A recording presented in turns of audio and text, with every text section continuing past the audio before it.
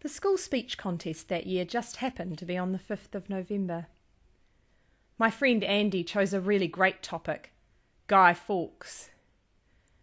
He told us all about the gunpowder plot which took place in England about 400 years ago. Many people were angry with the way that they were treated by the King and his government. They thought the laws weren't fair and planned to blow up the Houses of Parliament.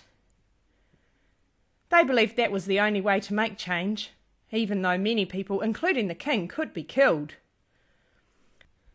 Guy Fawkes was the group's gunpowder expert, but just as he was getting ready to set off the explosion, he was discovered. Along with his mates, Guy Fawkes was later tried and put to death. The plot had failed, so the King ordered celebrations to be held. Andy finished his speech by saying, "Let's all have fun with fireworks and burn a bonfire tonight." Most of the class clapped and cheered loudly. We thought that Andy's was the last speech and that he'd win the contest. But then, Aroha stood up.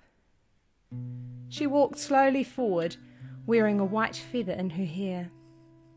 I'd always thought that Aroha was quite shy, but when she began to speak that day, her voice was as strong and clear as the song of a tui. My tupuna, my forefathers came from Taranaki, from a village called Parihaka. Over 100 years ago, Te Whiti o Rongamai and Tohu Kākahi were our leaders. They wore white feathers, raukura, as a sign of peace. Unlike many Māori villages, Parihaka had no fortification or fences around it. People from all over the country, Māori and European, were welcomed as guests. Our village had fertile land, forest and fishing grounds, and we traded food with settlers in the area. But like Guy Fawkes and his friends in England, many Māori didn't think the laws were fair.